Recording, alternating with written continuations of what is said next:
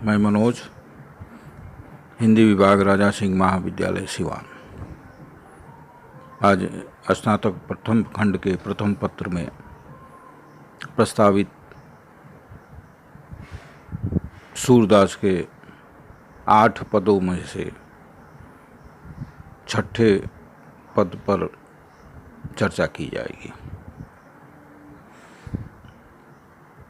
विगत पदों के अनुसंधान के समय सूरदास के बारे में, सूरदास की कविता की विशेषता के बारे में, सूरदास की कविता में अभिव्यक्त विषय के बारे में चर्चा की गई है। उसी चर्चा के संदर्भ में एक बात का उल्लेख किया गया था कि सूर की कविताओं में जो विषय का चुनाव उन्होंने किया है, जैसे विनय के पद, वात्सल्य के पद और श्रृंगार के पद, विशेषकर श्रृंगार के पदों में, श्रृंगार से संबंधित पदों में संयोग से अधिक वियोग के विषय पर बहुत मार्मिक और तल्लीनता से कवि गोपियों और राधा की भावनाओं को अभिव्यक्त किया है। उनकी कवि दृष्टि गोपियों और राधा के आंतरिक हृदय में कृष्ण को लेकर, कृष्ण के प्रेम को लेकर, कृष्ण से विछोह को लेकर जो भावना अभिव्यक्त हुई है, उसे बहुत ही मार्मिक और सूक्ष्म ढंग से सूरदास ने अपने पद में अभिव्यक्त किया है।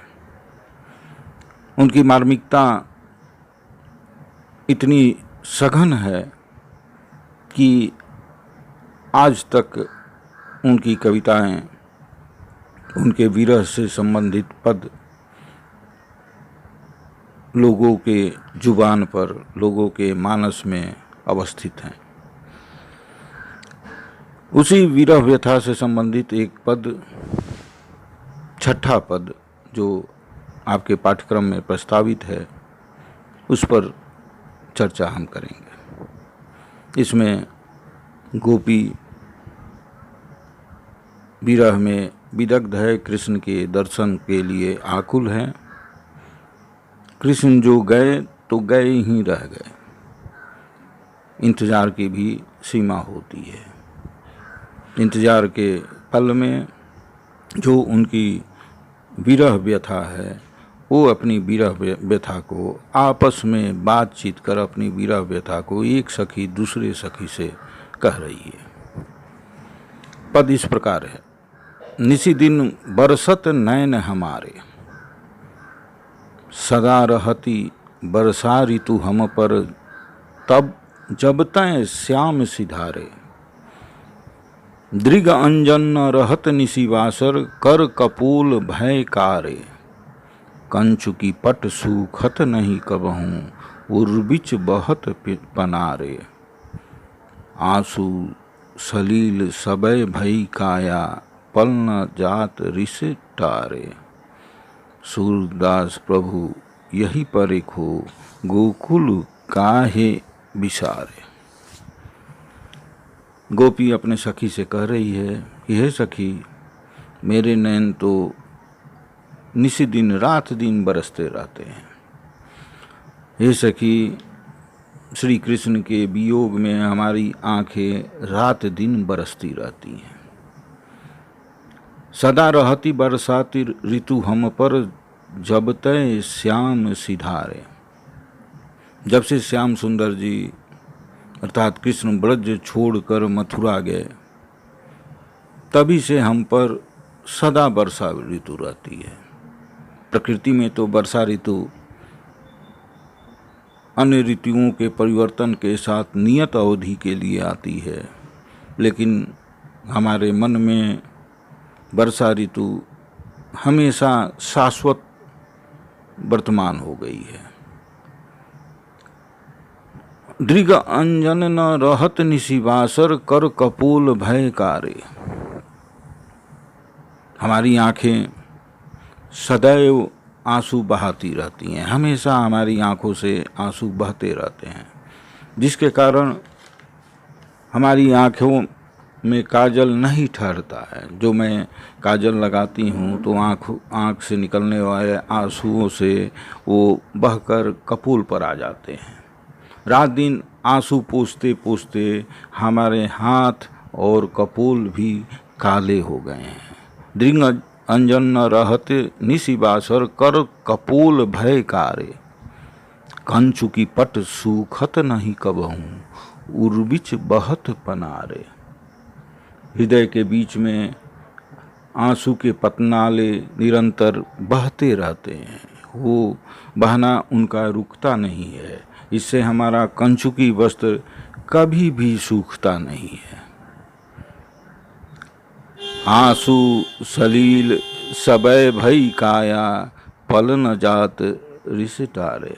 हमारा पूरा शरीर ही जैसे आंसू का जल बन गया है। आंसू सलील सबय भई काया पल न जात रिसटारे। फिर भी उनका ध्यान एक पल के लिए भी टाला नहीं जाता। इतनी विरह दग्धता के बावजूद, इतने आंसू के गिरने के बावजूद कोशिश करके भी मैं भूलना चाहती हूँ उनको, लेकिन पल न जात रिसटारे। उनका ध्यान कभी भी नहीं हटता, उन्हीं पर हमेशा ध्यान टिके रहता है। सूरदास प्रभु यही पर एक हो गोकुल काहे विसारे। सूरदास कहते हैं कि प्रभु मनमोहन, हम अपने विरह को जैसे तैसे सह भी लेंगे, पर यही पछतावा है कि आपने गोकुल को क्यों भुला दिया। गोपियों की चिंता है कि हम लोगों की विरह स्थिति जो है उसे तो हम सब झेल ही लेंगे, लेकिन ये सबसे बड़ी परेशानी की बात है, वो ज़्यादा परेशान करती है कि कृष्ण जैसा प्रेमी, कृष्ण को हम लोग जितना प्रेम करते हैं, लेकिन वो मथुरा जाकर हमें कैसे भूल गए। ये भूलने की क्रिया वो ज़्यादा हम लोगों को परेशान करती है। ये इस पद की चर्चा खत्म हुई। अब अगले पद पर चर्चा अगले व्याख्यान में।